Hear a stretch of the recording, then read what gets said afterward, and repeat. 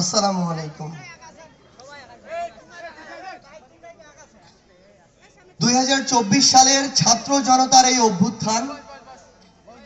অভ্যুত্থানের পরবর্তীতে নতুন একটা বাংলাদেশ,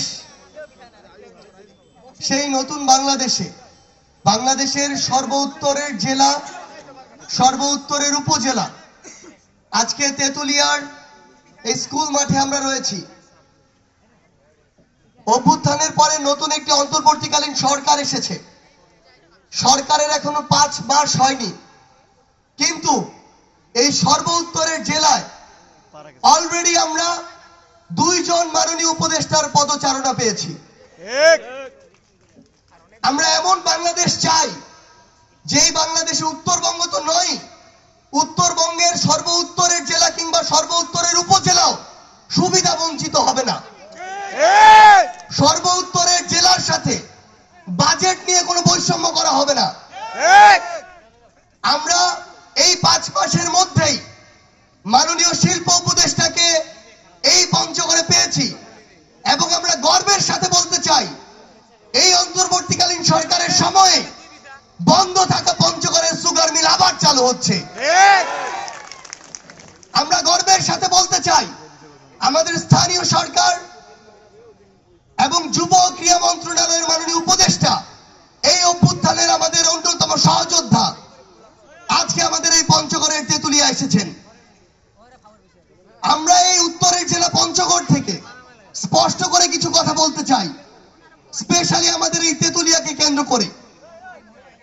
আমাদের এই তেতুলিয়ার একটি গুরুত্বপূর্ণ জায়গা হচ্ছে আমাদের স্থল বন্দর, কিন্তু আমরা যখন খোঁজ নিয়ে দেখি, ওই স্থল বন্দরের ইজারা নিয়ে যত কর্মকর্তা কর্মচারী নিয়োগ করা হয় পার্মানেন্ট, সেগুলো সব খুলনা বিভাগ থেকে আসা।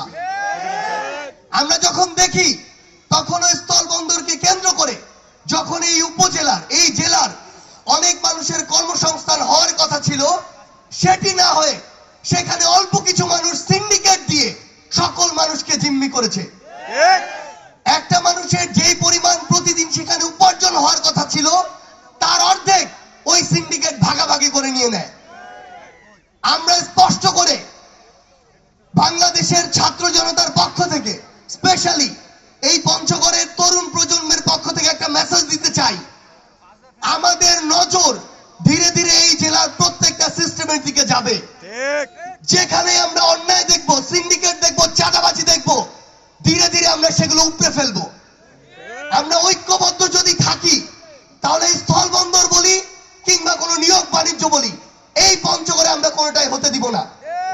আমরা কয়েকদিন আগে দেখেছি, কোর্টের একটি নিয়োগ পরীক্ষা হওয়ার আগেই শত শত জনের নাকি টাকার ডিল হয়ে যায়, এবং এগুলোর প্রেক্ষিতে সেই নিয়োগটা বন্ধ পর্যন্ত করতে হয়েছে। একটা এত বড় অভ্যুত্থানের পরে, এত রক্তের পরে, জীবনের পরে যদি এরকম সুপারিশের খেলা, টাকার খেলা চলতে থাকে, তাহলে 2টা জিনিস হতে পারে, হয় আমরা এটা হতে দিব না, না হয় এগুলোকে বাধা দেওয়ার জন্য প্রয়োজনে আরো রক্ত দিব। কিন্তু এই পঞ্চগড়ের মাটিতে যে মেধার কথা, যোগ্যতার কথা বলে এত বড় একটি অভ্যুত্থান হলো, সেগুলোর বিপরীতে সুপারিশ আর টাকার খেলা আমরা হতে দিব না। আমরা আমাদের জায়গা থেকে এই পঞ্চগড়ের বিভিন্ন সরকারি যে অফিসগুলো রয়েছে, সেখানে যারা সরকারি কর্মকর্তা কর্মচারী রয়েছে, তাদেরকে পঞ্চগড়ের মানুষের পক্ষ থেকে একটা স্পষ্ট বার্তা দেই। পঞ্চগড় জেলার আমরা বিভিন্ন পুলিশের বিভিন্ন অফিস বলি, প্রশাসনের বলি, কোর্টের বলি, ভূমি অফিস বলি, হসপিটাল বলি, এগুলোতে বিভিন্ন কর্মকর্তা কর্মচারী 10 টাকা হোক, 100 টাকা হোক, 1000 টাকা হোক, বিভিন্ন সংখ্যায় মানুষকে এই টাকার বিনিময়ে জিম্মি করে ফেলে। এবং এমন অনেক অফিস তৈরি হয়েছে যেখানে টাকা ছাড়া কেউ কথা বলে না।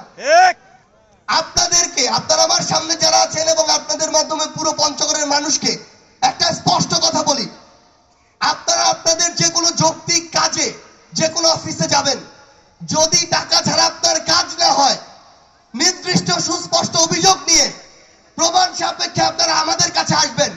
ওই অফিসের ওই লোক এরপরে কিভাবে ওই চেয়ারে বসে থাকে সেটা আমরা দেখব।